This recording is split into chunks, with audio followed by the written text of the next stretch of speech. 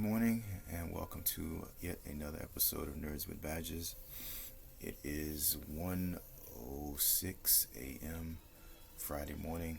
I'm up. I thought I would actually be playing some video games, but I've actually been doing everything else but that.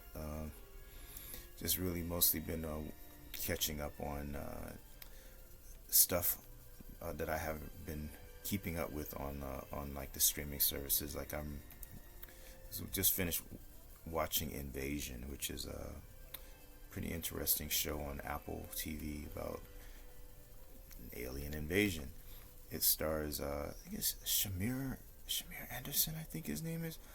Um, Someone who I ran across from watching Winona Earp. Winona Earp. It's basically like a show on Netflix about a lady. It's kind of like a more adult version of Buffy the Vampire Slayer, if you will. But Shamir has actually his career has actually taken off. I've started seeing him popping up in a lot of different stuff. But Winona Earp was my first time seeing him in anything, and I got to go back and finish watching that show because it's so hard keeping up with some of these shows. I think I have. I mean, and I'm not even kidding. I might be subscribed to about 8 different services: Netflix, Amazon, Hulu, Disney Plus, HBO Max, Peacock, Crunchyroll. That's the Apple Plus, Apple TV. And then on top of that, you got to pay for your internet. And I still can't believe Microsoft and Sony and Nintendo are charging us for online access when we already pay for that. But yeah. What is this guy's name? Oh my god! I just want to make sure I'm getting his name right. Uh, Not Shamar Moore. Oh my god. Sorry, it's Shamir Anderson, I think. Anderson. Yep, Shamir Anderson. Jeez. Yeah. So he's just been popping up all over. So this show Invasion is really about these aliens that they just show up one day and they just start attacking. And so there's a Japanese girl. She's a lesbian, and her girlfriend gets abducted, and she's like a genius with technology, and she works with space program. So she really makes it her business to find out just what the hell is going on. It's a really interesting story, and there's a bunch of kids that end up getting affected by what's going on. There's one kid who's able to communicate with the aliens, and then there's a family, the Middle Eastern family, who really you kind of follow through their eyes a lot in this story. But they actually like it's an ensemble cast, which is it's always interesting to have like a big story and to have like the point of views of like different characters, you know. So I think stuff is about to fall over. I think I'm on season 2. I think it's season 2 that I'm on right now. So I'm still waiting for Godzilla show Monarch to come back on, which is another main reason why I'm keeping Apple TV, because that's how they get you. They have certain shows and you just it's all a racket. But there were some things that were on my mind, and that's why I'm doing this video right now. I guess I just had to kind of sit down and like write down like some things, just so I wouldn't lose track and just be rambling. Like this is just yesterday at work something happened that was it happens every once in a while. As you know, or maybe not know, the reason why I call my video program Nerds with Badges is because I'm a nerd, but I also have a badge because I'm a security guard, and I've been working for the LGBT out the Los Angeles LGBT Center. I've been the security guard with the company for 18 years, and in that 18 years, I've had so many crazy experiences, and I know I should just write a book on all this. But so last night I was walking around. I think I might have been just coming back from a break about to rotate, and I had seen someone walking around in the building earlier that night, but they were a staff member, and they, I guess I don't know, they were just kind of walking around, and I didn't really, bother them. They were just walking around. So later, I was in the kitchen area, and another staff member from another department was like, there's a guy walking around, and and I was like, oh, I saw him. He's a staff member, and it was in fact the staff member that I saw, which I found out later. But anyway, so she leaves, the staff member that I was talking with, that was telling me about the suspicious person she saw walking around. So I walk out of the kitchen like maybe a couple of minutes after she's gone, and I encounter this individual walking around in the building, and he's got a hood on, he's wearing like a purple hoodie, got a backpack on, and I immediately I said, what is your business here? It's like, oh, I thought you were open. So I was like, man, no, we're closed, and you have to get out of here. You can't be in here. Now, how in the hell? What? How smart do you have to be? I mean, first of all, you walk into a building. You don't know what's in that building. You don't know who's in that building. Now, what if I was a trigger happy security officer who was armed? That could have really been a bad situation for this person to just kind of like, walk up out of nowhere. So I don't know what these people think. Now, I have to be careful because sometimes I leave my stuff out. I leave my computer out, sometimes in the kitchen, because, I play video games on my break. It's just kind of one of the things that I do to keep me sane. So I'll surf the web or play games on my computer. And I should know better. I should know better than anyone else the dangers involved in leaving stuff around, out, because a few years ago I had someone actually walked into the building.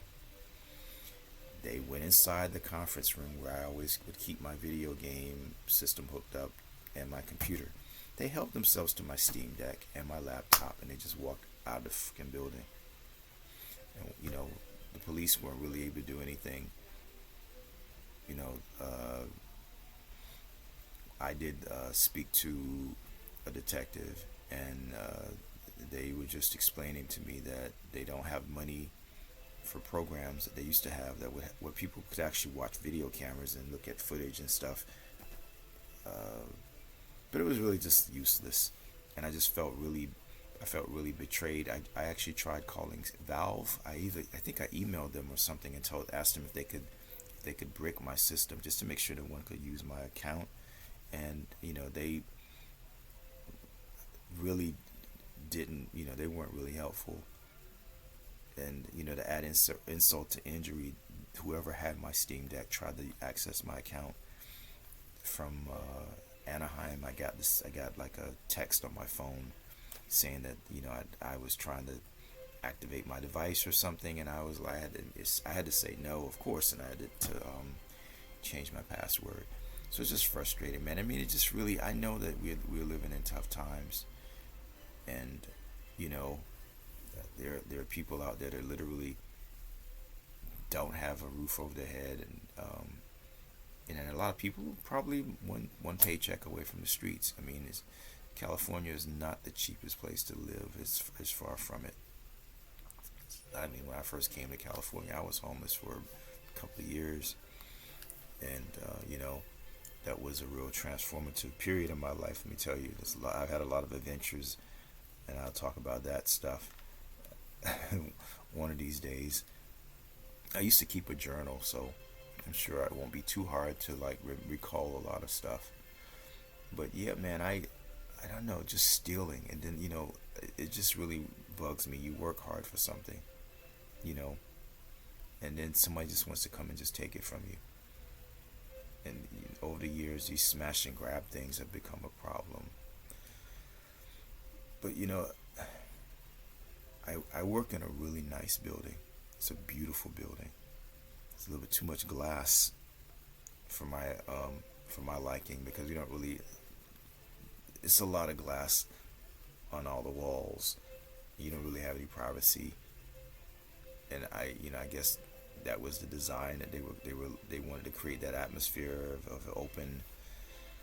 But it's a beautiful building in like a trashy area. And when I first came to LA, I remember going to the LGBT center when it had just opened up, the particular one that I work in, and it still had the new building smell. And I remember walking around. I had no idea I'd end up working for the company.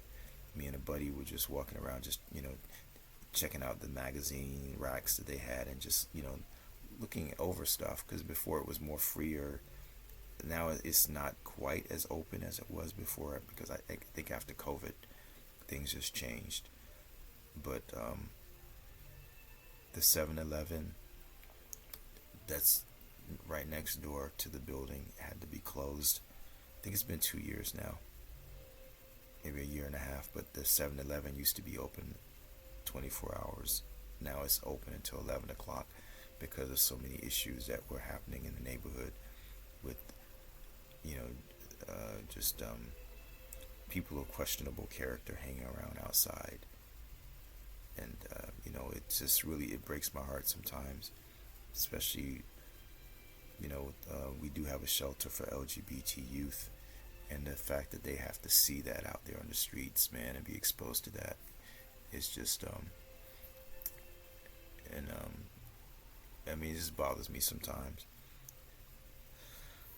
But yeah, that was something, seeing that person in the building. I escort them out, and it just really makes me worry. So I won't be leaving my stuff in the kitchen anymore. When I take my breaks, I hook my video game system up, my system, my computer, and then when I'm done, I just unhook it and just take it with me, put it back in my locker, because people walking up inside of properties, man, that just takes a lot of nerve, though. I just don't understand that. I have been down and out. I know what it's like, being on the streets, but never just walk inside of a building, just start walking around, just start, invite myself in, and just, but some of these people are on drugs, or they have mental issues, so there's all kinds of things. But that was just like another wake-up call to me. Like, I've been doing security for a long time now, but I've been thinking a lot about getting out of it, and I really, really think I need to put my foot on the gas and just get out of this industry. My goal, would be obviously to make a living off of my projects. Because right now, I'm working on a cartoon. I have comic books that I'm working on. I put out 3 comic books in the last few years. 2 of those comic books I have to re-release them because I discovered some errors, which was really frustrating.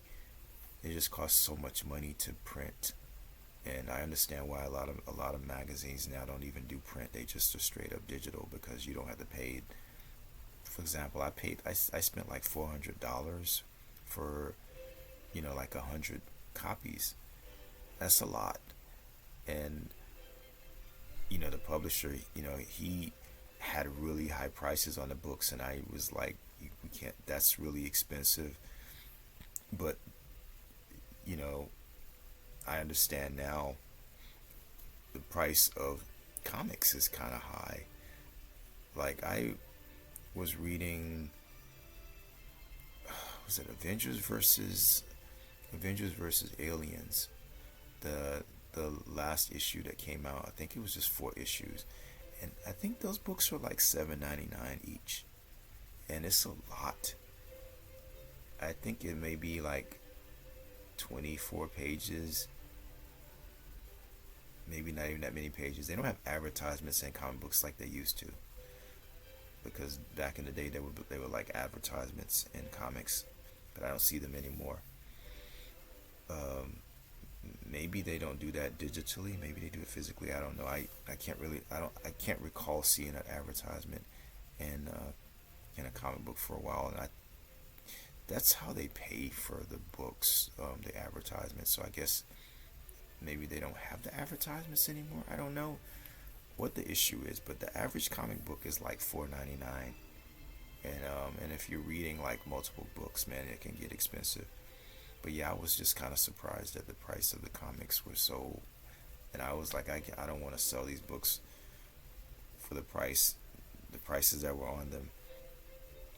But yeah, I've got an animated project that I've been working on for over a year now. We are close to the finish line, but there've been so many problems, and I have wondered if maybe, and the animator even said, I think he was kind of joking, and maybe not, maybe just kind of starting over. We put so much work and I put so much money into this, man. I mean, and it's just, I know in Hollywood sometimes this happens. Movies will be in production. They'll be like maybe halfway through, and then they just decide it's just not working, and then they just shelve it and they start over again. It happens. Scripts sometimes, you know, the scripts, they gotta work on the script. And I was reading something that James Gunn had said recently about a movie that they were working on, and I guess the script just wasn't working, and they ended up canceling it. I can't remember exactly what movie it was, but I think it was a big movie that they were planning to do.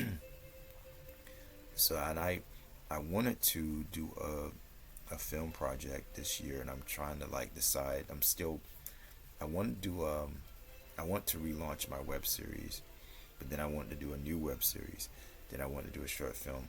Then I wanted to do a full length film, because as you probably know, um, there's really not a big market for short films and web series. I mean, it's you can do these things for passion.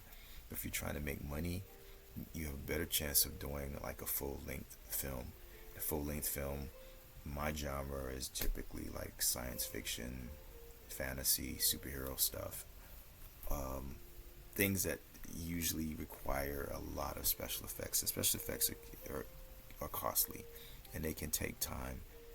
And I used to always wonder, back in the day, I used to always wonder why I didn't see like a lot.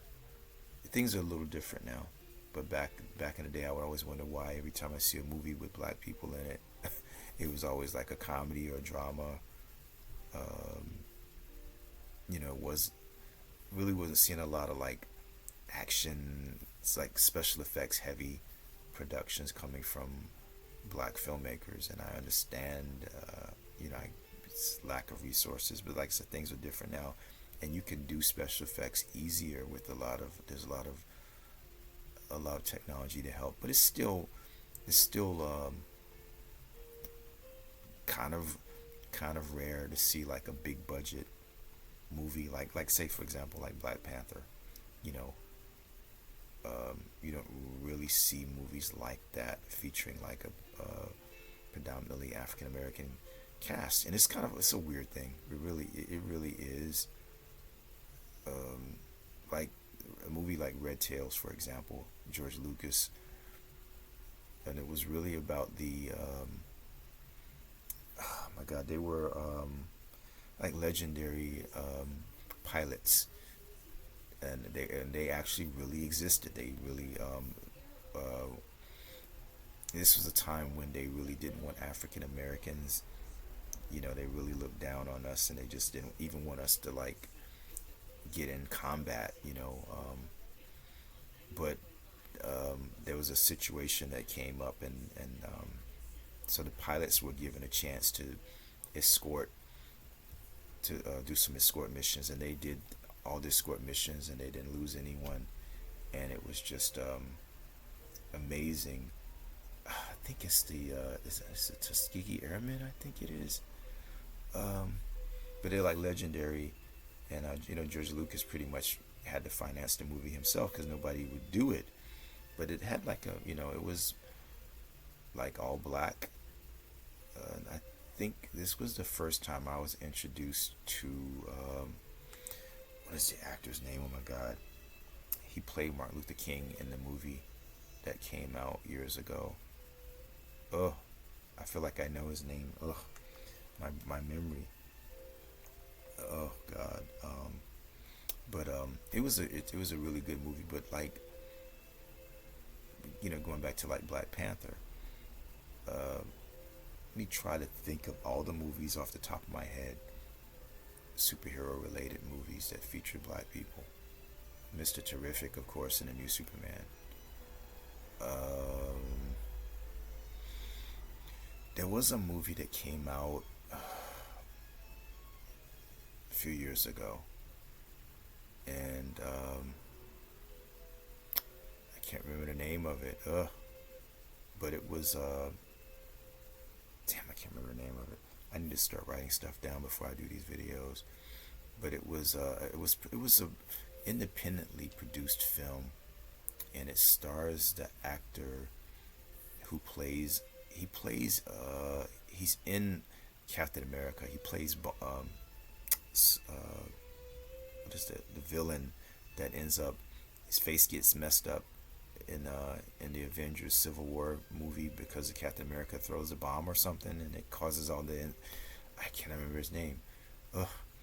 But it was he. This guy had powers in the movie, and in the end of the movie, he ended up giving the powers to a black girl. And then, and Naomi. Naomi was a show that was on CW, I believe, and then I think it's on Max now, HBO Max. It was about a black girl who finds out that she's an alien, and she was created by uh, the same writer who created Miles Morales.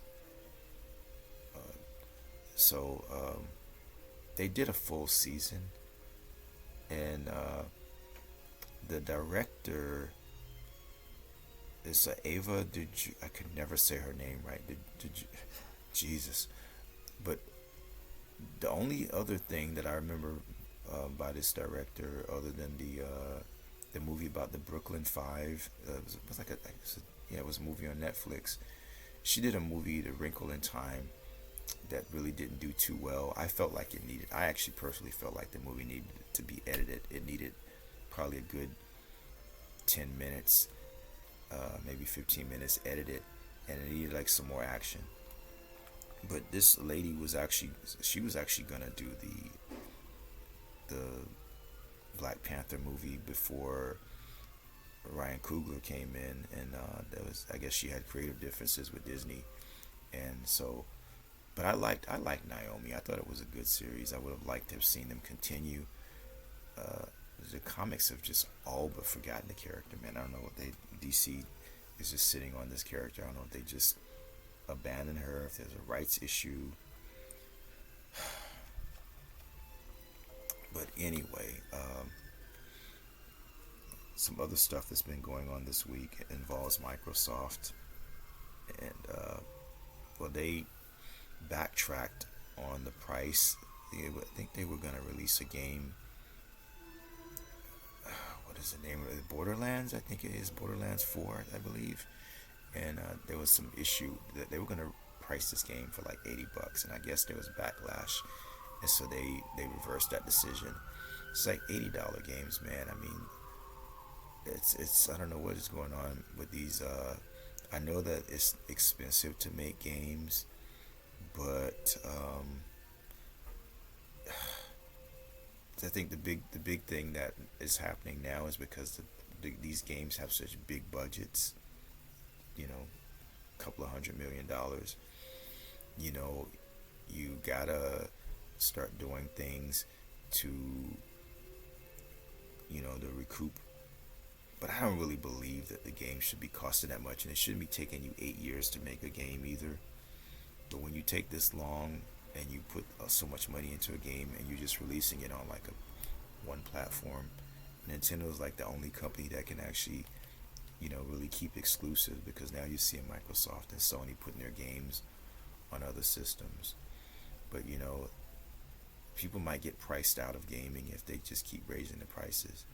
I mean, I was already like the Nintendo Switch is like a, $450. I still think it should have been priced at 400. I think that would have been a better deal, but 450, and that's you get the system, but then they want to charge you $10 for this like manual, like basically like an instruction manual, just to show you what the system could do. And Sony did it better with Astrobot, Astrobot's Playroom. This is awesome. Basically a free game that really, took you through the system, showed you what it could do and stuff. And Mario Kart World is like $80, and so they have a bundle for $500 for the Switch 2, and you get Mario Kart in the bundle for $500 with the system. So you're saving $30 if you get the bundle. So that's what everybody basically got. Then you have, because it's so hard to find, you find people online selling either with the bundle or without for like ridiculous prices. And you don't have to really buy a physical copy of Mario if you don't want to. The Mario Kart, you could just download that off of, and you're not gonna get ripped off, and you don't have to really worry about paying for taxes. Because if you buy the physical game, you're gonna probably spend like 75-ish dollars, by the time you add in taxes. This is one of the reasons why I canceled. I was gonna pre-order the new Sonic Racing game that's coming out, but man, it went from being $69 to being like almost $80 with the shipping and handling and the taxes and all of that. It's like, okay, you know what? I'll just get the digital version. But they're not gonna release it for the Switch 2 until I think sometime early next year. So it's kind of weird. You're getting a Switch version, which will play on the Switch 2, but we won't get the Switch 2 version until like next year. So I don't know what's up with that. I guess they need more time to make this game so they can take advantage of the features that you're getting for the Switch 2, or it could be some nefarious plot to sell more physical. Who knows? But it would seem like they'd be moving away from physical media. It just seems like a lot of the companies are, which is not good, because you already don't own a lot of stuff. If you take the time to read the fine print, the little disclaimer at the beginning of a lot of these games now, you have to accept before you can even play. You see a lot of this stuff, man. I mean, a lot of the legal jargon that they talk about. You don't have ownership, you can't take legal action, and all this stuff. Most people don't bother to read it. They just click accept, submit, accept, so they can just start playing the game. And Brazil, I heard, actually felt that Nintendo, some of the things in their terms of agreement was not right, was anti-consumer, and this is stuff that people have been saying for years. And I don't know why more people in the U.S. don't really like stand up against some things. I mean, every once in a while people will rally together, like with Microsoft and this game that was going to come out. I think it was Borderlands 4. I've played a few of the games like in little spurts. It's like a cartoony kind of cell shaded style look. It's a real unique look, and they're fun. But $80 for a game is a problem. $70 for a game is a problem, because you're getting close to $100. I mean, yeah, $59.99 to me was just like that was like the sweet spot. You're talking about $80-$70, man. I don't know. I just getting to the point now where I'm just really gonna lean heavily into Game Pass, and it makes more sense if you're paying for a subscription service. You can play the games that they have, but the problem with that is sometimes those games don't stay on the service, and you gotta be like, and it becomes work, because you gotta try to hurry up and finish playing the games before they drop off. Just like you would a movie on Netflix or Hulu or whatever. The movie might be there, and then you go back, you start watching it, and then 2 months later you go back to finish, and it's gone. It's not there on the service anymore. Same thing happens with Game Pass sometimes, and even PlayStation Plus. So anyway, I played a really cool game earlier. Yesterday, it would have been yesterday, before I ran off to my physical therapist appointment for my arm. This Wu Chang game, and it's 49. I think it's $49. But if you have Game Pass, then you can play it without having to buy the game, and it's pretty cool. It's so takes place like in the feudal Japan time period, and this girl, she's a warrior, and apparently there's this disease going around that's afflicting people. So feathers are like growing on her arm, and it's just, so this, I guess the disease gradually turns you into like a feathered monster or something. So she's trying to find a cure. I played it for maybe a good 15 to 20 minutes before I had to dash off, and so that's what I've been playing new on the Xbox. Every now and then, Xbox will do something awesome. I just wish that they had greater frequency, man, with their some of their exclusives. I mean, I don't mind if you don't have a lot of exclusives, but you should have a couple on your system that just would entice people to play in your ecosystem. Like Halo's gonna go to PlayStation eventually, and I get Gears of War is already there. It's kind of weird. I do think that they should keep a few exclusives, but I guess it all really boils down to how much money you're spending on these games. Because if you're spending like $200-300 million, then maybe at some point you can port those games over to other systems, but maybe not right away. Maybe that might be a good strategy. There's another new game I've been playing, which is called Shadow Labyrinth. It's a lot like Metroid. You are this female warrior, and she's having to go on. I really don't know what the story is exactly, but it's a Metroidvania. They call those types of games just side scrolling, and the funny thing is, Pac-Man is actually hanging around with you. Well, he's floating around, almost like one of Mr. Terrific's T-Spears, this big yellow creature that follows you around and floats around. And during specific moments, when you get powered up enough, he actually eats the monsters that you defeat, and then he can actually somehow, I guess, transform you into a mech. I think, because you start off in the beginning of the game, you actually start off in that form. So I don't know if he does it, but it's weird when you defeat certain monsters. It's almost like Pac-Man. It looks like he possesses you, and then he just eats the monster, and then you get like energy or something. So I played that for a good while on my Switch too. That is available on everything. I think it's actually budget price too. I think it was like I don't know if it was 29 or 19, but it was budget price, and I was really shocked that it was not like $59.99. I was looking through. I don't want to sound like I'm being negative towards Nintendo, because I love the company. Some of the things that they do are insane.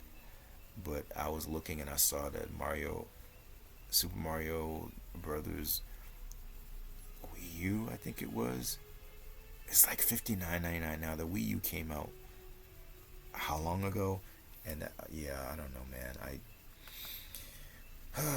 But Nintendo gets away with this stuff because we let them. And that's all I got to say about that. But it's a good game. I would definitely recommend. Wu Chang is, if you've played, uh, Ghost of Tsushima, or what was the other game that came out? Assassin's Creed.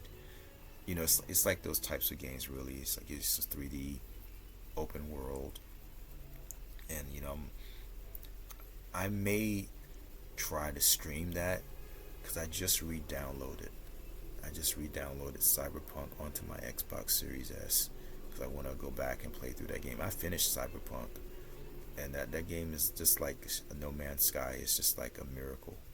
when those games came out, they were just shitty and just problematic, and the companies performed a miracle. I still can't believe No Man's Sky is like 8 years old, 8 or 9 years old now. And the Switch 2, I just got the version for that. I'm gonna try that out. But yeah, I wanna start playing Cyberpunk again because I finished it, and then they added like free DLC, and then I felt like I don't know if I even bothered with the free DLC, but when they added like a whole new, basically like a whole new game, it's just something similar they did with Elden Ring too, I think. But it's like a whole new game, and I started playing it where my character left off. Spoiler alert here,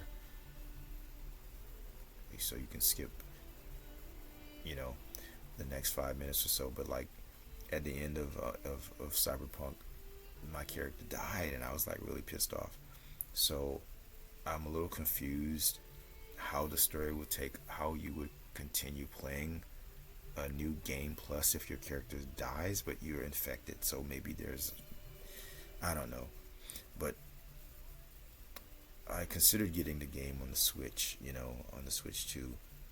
But I may just, when I start playing it again on my Xbox Series S, I may just start a new game just from the beginning, because I know I'll forget all the damn buttons, and there's a lot of stuff. It's a lot. Some of these games, if you go a while without playing, you gotta like go through the tutorial again because you forget. And that's one of those games. But it was awesome. I had a blast playing Cyberpunk. It was buggy at first. It had issues, and PlayStation pulled it from PlayStation Store for like 6 months, while CD Projekt Red, while they worked on fixing the game, and they performed a miracle on that game. I mean, it really is a miracle. As you know, Ozzy Osbourne passed, and I know a lot of people don't like Hulk Hogan, but he passed. He passed yesterday. It's funny thing, Ozzy Osbourne, it's crazy. He just did a concert a few weeks ago, and he passed. But the one that really hit me was Malcolm Jamal Warner. I grew up watching the Cosby Show. I don't think I've missed an episode of the Cosby Show, and I was really into Different World. I really got into that show.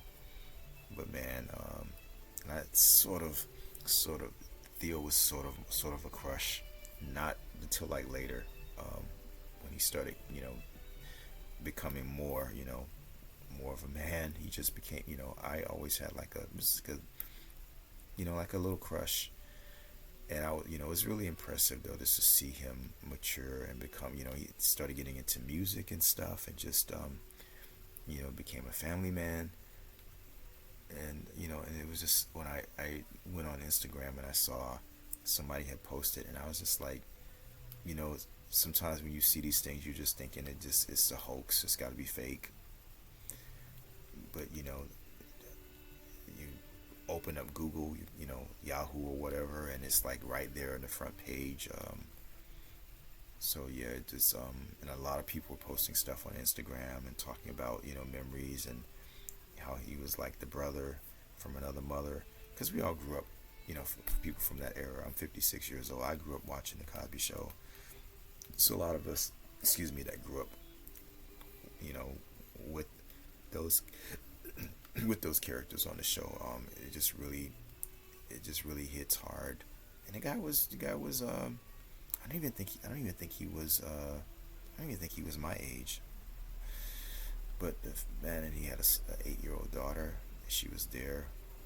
I mean, just what happened supposedly is that he was swimming, and he got dragged into the currents, and someone was there and was able to assist. They were able to get, I guess they were able to help his daughter, and another person that was there swimming.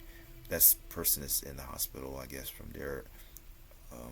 But they couldn't revive him. I guess they tried CPR or whatever, and he was non-responsive. So just really like just so surreal. Someone that just is so young and has so much going for themselves, and just be taken out like that. So yeah, and moving on to something a little bit more, well, a lot more. I guess it's kind of bittersweet. uh, Godzilla has been getting featured a lot in Marvel Comics recently. Like I read when he fought the X Men, which was kind of a letdown. I think I read Fantastic Four, but they got him like fighting everybody, and then they got all these like variant covers, which I refuse to buy. I'm not gonna buy all these books just because they got some cool Godzilla covers, but it's the companies do this. But I was reading when I went to my doctor's appointment, and when I went to the boba shop next door, I was reading. See if I can pull it up on my iPad here. Gosh, technology when you need it to work right. Okay, so this is Godzilla versus Thor. Oops, that's the wrong cover. Just see about technology not working the way it's supposed to. I need a better system.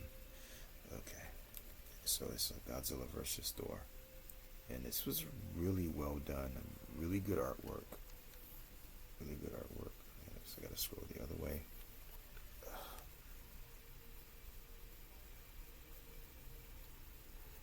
The way that this battle played out, what happens is like the Hand, who are usually like Daredevil's enemies, they summon Godzilla. So Godzilla, when he gets summoned, he does what he does best. He goes on a rampage. Starts attacking the city. So Thor shows up, and there's this titanic battle. And what happens is Thor and Godzilla go at it for a while, and Thor summons like all the storms in the whole, like all of existence basically, and he channels it all into Godzilla, and he freezes him. So I'm not gonna show like the whole book, but it's not even showing up really well on this thing. But he ends up freezing Godzilla like a solid. Something happened like that in Godzilla, Shin Godzilla, but he wasn't. He didn't turn him into like a. He didn't turn him into a ice statue. Actually, he was turned into like a. They used some kind. I guess it was ice and something else they used. Shin Godzilla is a great movie, by the way. You should definitely watch it. But anyway, so Godzilla's frozen by Thor, and you think the battle's over, and the Hand have like a fragment of the King in Black. No, I guess that's the big symbiote villain that was causing problems. I guess he was causing problems for Venom and for a while a lot of characters in the MCU. But anyway, the Hand has like a fragment of the King in Black, which they use to. I'm trying to find it. They have a fragment of the King in Black, which they use to infuse Godzilla, and it basically wakes him up, and he goes on a rampage again, empowered by all this energy of the Necro sword or whatever. So Thor and Godzilla get into a big battle again, and they end up killing each other. It's crazy, because I always thought that Toho would never allow Godzilla to die. Not really, because like really they die together, but they're still. And then when the story concludes, where they're in Valhalla, and they start fighting again. So it's just really out there. But it was interesting, and I love the artwork. I like Thor. Thor is like one of my favorite characters. Him and Namor would probably be like my two favorite like guy characters in the MCU, in the Marvel comics. as far as women characters go in the Marvel comics, it would probably be Storm and Rogue. So like two X-Men and well, three X-Men because Namor is actually a sometimey member of the X-Men. It's just interesting because sometimes they'll draw the characters, like even with Storm, you know, they'll draw some of the mutants with the X on their costume, and then sometimes they'll draw them without the X on their costume, and it's just like, I don't know, if you're not coming to X-Men class today, you don't wear your X. I don't know, it's just one of those things. It doesn't really make any sense. But yeah, so the story is really good, and then they're gonna be doing like a Godzilla versus the entire Marvel universe. I don't know what is going on. I don't know if it's maybe it was some kind of anniversary thing. I have no idea. But there's a lot of crossovers. And I used to read Godzilla comic books back in the 80s, and I think it was, I don't know who the artist was. There were only like 22 issues. I think there were 22 issues of Godzilla. And there was another comic I used to read back then. It was called Devil Dinosaur, and Devil Dinosaur and Godzilla actually teamed up in one issue. Well, it was a two-part story, and that was like really cool. But Marvel had the license to Godzilla back then, so they had a Godzilla series. But Godzilla never fought any of the other monsters like Mothra or Rodan or King Ghidorah, because the rights for those other monsters was so expensive. Marvel would just have him fight other monsters that they created. And there was a character named Red Ronin who was like a robot, almost like a Ultraman or Voltron kind of character, and he did fight the Avengers back then. He fought the Champions. It was just like Star Wars. Star Wars was a Marvel license, and now it's back. And it was on Dark Horse for the longest. Godzilla is still primarily IMDb, I think. No, IDW. Jeez, IDW. But every now and then they'll do like some crazy crossovers, like they had Godzilla fighting the Power Rangers, and there's other crossovers going on too besides Godzilla. There's Naruto teaming up with the Teenage Mutant Ninja Turtles. I just finished reading Spider-Man versus Predator, Black Panther versus Predator a few months ago. They've even had a cartoon and a comic with Batman fighting the Teenage Mutant Ninja Turtles. This is the Godzilla versus the Marvel Universe. So I guess this is coming out. These comic books are coming out so fast. My backlog is just growing. I'm trying to read them as fast as I can. It comes out. It's already out. It came out on the 16th. I hope it's not another $7.99 book, but it probably is, because Disney's involved. And when Disney's involved, the stuff tends to be costly. Anyway, so let's see what other talking points that I don't know if I've talked about this before, but I collect handhelds. Maybe I have, and but I've got like a lot of them. I want to do a video on the different handhelds. It's the video game industry is really changing, and handhelds are just like, I think the Switch started something. They're making these things more powerful too. This is a good thing and a bad thing. The bad thing is that a lot of the times it's expensive unless you're playing like the lower end emulation. But Xbox is coming out with their own handheld later this year. I probably won't get it because I'm sure it's going to be like $900. It's going to be the Xbox Ally something, or the ROG Ally Xbox something. But it's going to really supposedly streamline the whole Windows experience on handhelds, because right now it just kind of sucks. Like, unless you're using like a maybe Bluetooth keyboard or something, trying to navigate on on that handheld, that small screen, Valve did it. They gave the track pads, which was a good idea. Even the Lenovo Legion Go has a trackpad also, but they maybe it might be a good idea for some companies to just include like a small Bluetooth keyboard. Just an idea. I don't know that it's wise for me to do this, but sometimes I feed the trolls sometimes, and I get into these debates. And I know people sometimes will just post stuff. They'll just post crazy stuff just to get a reaction. And man, it was something about it was a picture I saw on Instagram about it was like a really cool computer imaging of a black Superman, Valzad, and there was people saying really cool stuff, and of course, I knew if I when I kept scrolling, I was going to eventually run across you know some negativity, and somebody said, "Is that the black? Is that the slave? The Superman who was a slave? The slave?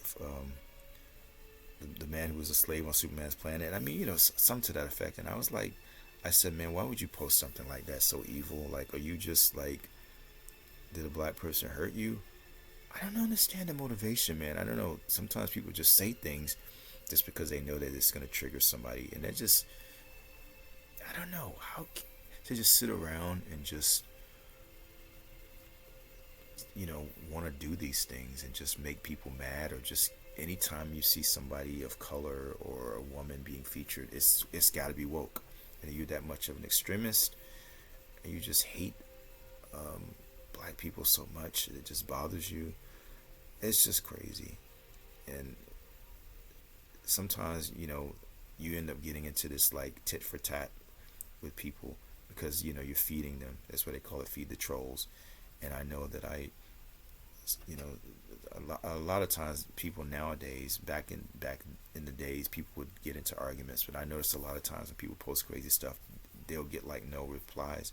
But then when you look and you see something crazy posted and you see like 50 likes, and it just really makes you think like, gosh, what kind of society am I living in? It really makes me sad sometimes. I think about the fact that I share a love of video games and comics, all these cool superheroes, this cool fantasy, all this stuff, all this nerd culture.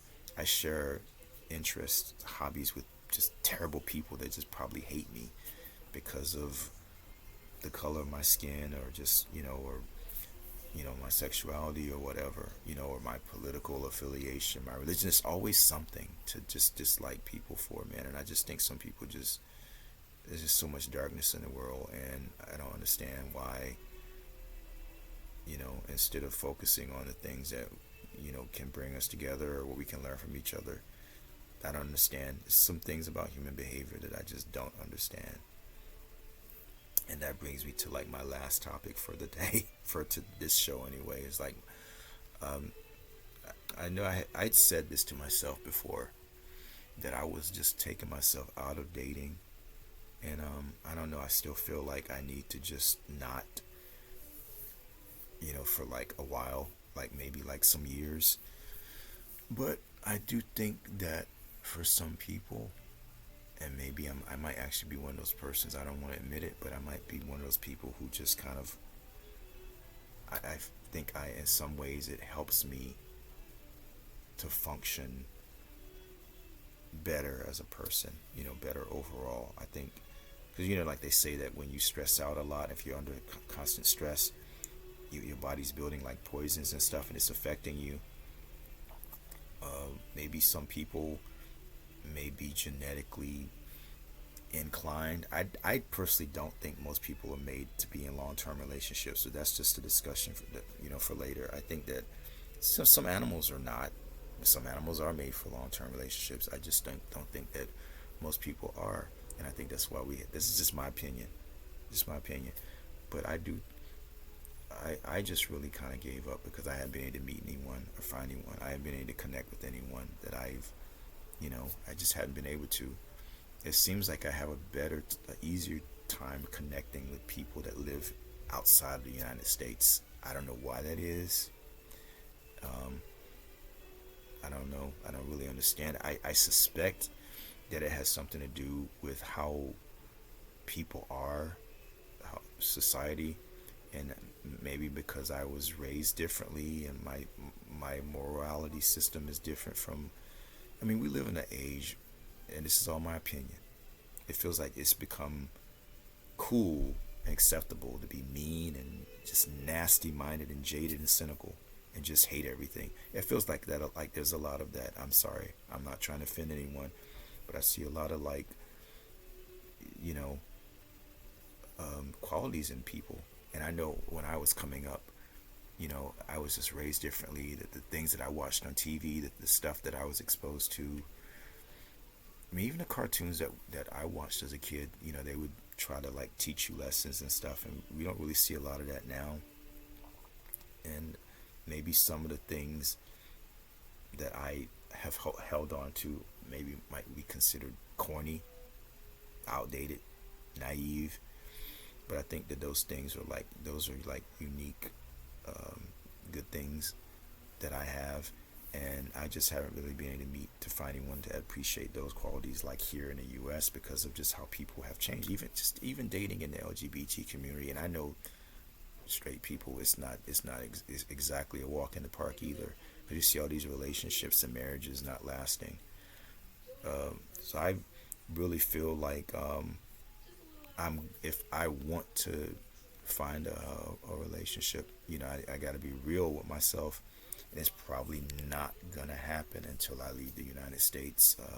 It just feels like that, or if I probably have a better chance of dating someone who's probably not from here because they haven't been so affected by you know by the way that society is here. Because I've seen people come here from other countries and they change, but some people still hold on to that, to their culture. They don't completely change and embrace everything, because it's cool when you can talk with someone and you can have jokes about um, pop culture and stuff. Sometimes it can be frustrating when people don't understand stuff, but then it could be a learning process for both people. You have to explain certain things, but I have an easier time connecting. Have not even tried dating women since I was probably like in my God, I think I was a teenager. Whew. Um, but the dating scene for gay men now is just really it's something. It is not for the faint of heart, man. And I think I my mind was just probably just traumatized, and I just kind of like shut down that part of me. But I think it's a part of me that is something that I can't really just pretend doesn't exist or ignore. So that's something I need to think about um, in the future. Right now, I got other things I'm trying to focus on, but it's just something I got to be honest with myself about. It's a need that, and I just want to share that because I feel like I've had a breakthrough of sorts. Um, just really um, been focused on other stuff and just kind of like ignoring a vital part of myself. So I think maybe when I do start traveling again, which will be next year, I'm planning a trip to Africa maybe next year sometime. I know that's gonna be quite an experience because I think you got to get shots in, and I got to get my passport, and I have a friend that lives over there also, who moved there from Texas. I think he's been there now for almost 10 years. So I got to reach out, but I need to at least keep that option alive. So just see. It'd be nice to get out of the U.S. too, because I don't plan to stay here permanently. But that's a whole nother discussion.